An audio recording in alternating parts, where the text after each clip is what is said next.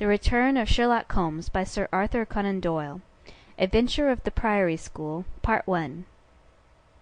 We have had some dramatic entrances and exits upon our small stage at Baker Street, but I cannot recall anything more sudden and startling than the first appearance of Thornycroft Huxtable, M.A., Ph.D., etc. His card, which seemed too small to carry the weight of his academic distinctions, preceded him by a few seconds, and then he entered himself, so large, so pompous, and so dignified, that he was the very embodiment of self-possession and solidity. And yet his first action, when the door had closed behind him, was to stagger against the table, whence he slipped down upon the floor, and there was that majestic figure prostrate and insensible upon our bearskin hearth-rug. We had sprung to our feet, and for a few moments we stared in silent amazement at this ponderous piece of wreckage, which told of some sudden and fatal storm far out on the ocean of life. Then Holmes hurried with a cushion for his head, and I with brandy for his lips. The heavy, white face was seamed with lines of trouble.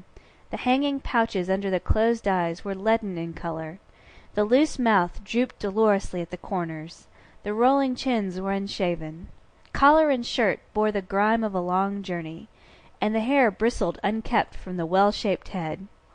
It was a sorely stricken man who lay before us. "What is it, Watson?" asked Holmes.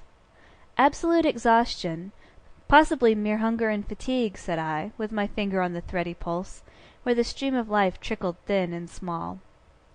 "Return ticket from Mackleton, in the north of England," said Holmes, drawing it from the watch-pocket. "It is not 12 o'clock yet. He has certainly been an early starter." The puckered eyelids had begun to quiver, and now a pair of vacant grey eyes looked up at us. An instant later the man had scrambled on to his feet, his face crimson with shame. "Forgive this weakness, Mr. Holmes. I have been a little overwrought. Thank you. If I might have a glass of milk and a biscuit, I have no doubt that I should be better. I came personally, Mr. Holmes, in order to ensure that you would return with me. I feared that no telegram would convince you of the absolute urgency of the case." "When you are quite restored—" "I am quite well again. I cannot imagine how I came to be so weak. I wish you, Mr. Holmes, to come to Mackleton with me by the next train." My friend shook his head. "My colleague, Dr. Watson, could tell you that we are very busy at present. I am retained in the case of the Ferrars documents, and the Abergavenny murder is coming up for trial. Only a very important issue could call me from London at present." "Important!" Our visitor threw up his hands. "Have you heard nothing of the abduction of the only son of the Duke of Holderness?" "What? The late Cabinet Minister?" "Exactly. We had tried to keep it out of the papers, but there was some rumour in the Globe last night. We thought it might have reached your ears."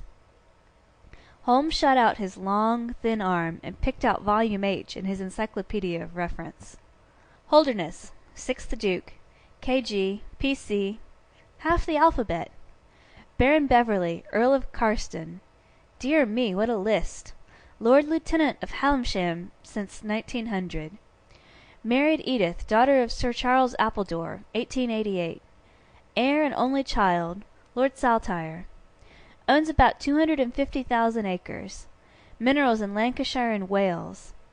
Address, Carlton House Terrace, Holderness Hall, Hallamshire. Carlton Castle, Bangor, Wales.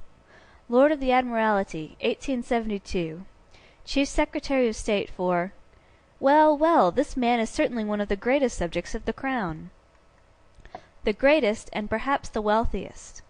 I am aware, Mr. Holmes, that you take a very high line in professional matters, and that you are prepared to work for the work's sake. I may tell you, however, that his Grace has already intimated that a cheque for £5,000 will be handed over to the person who can tell him where his son is, and another 1,000 to him who can name the man or men who have taken him." "It is a princely offer," said Holmes. "Watson, I think we shall accompany Dr. Huxtable back to the north of England. And now, Dr. Huxtable, when you have consumed that milk, you will kindly tell me what has happened, when it happened, how it happened, and finally what Dr. Thornycroft Huxtable of the Priory School near Mackleton has to do with the matter, and why he comes 3 days after an event, the state of your chin gives the date, to ask for my humble services." Our visitor had consumed his milk and biscuits. The light had come back to his eyes, and the colour to his cheeks, as he... Sample complete. Ready to continue?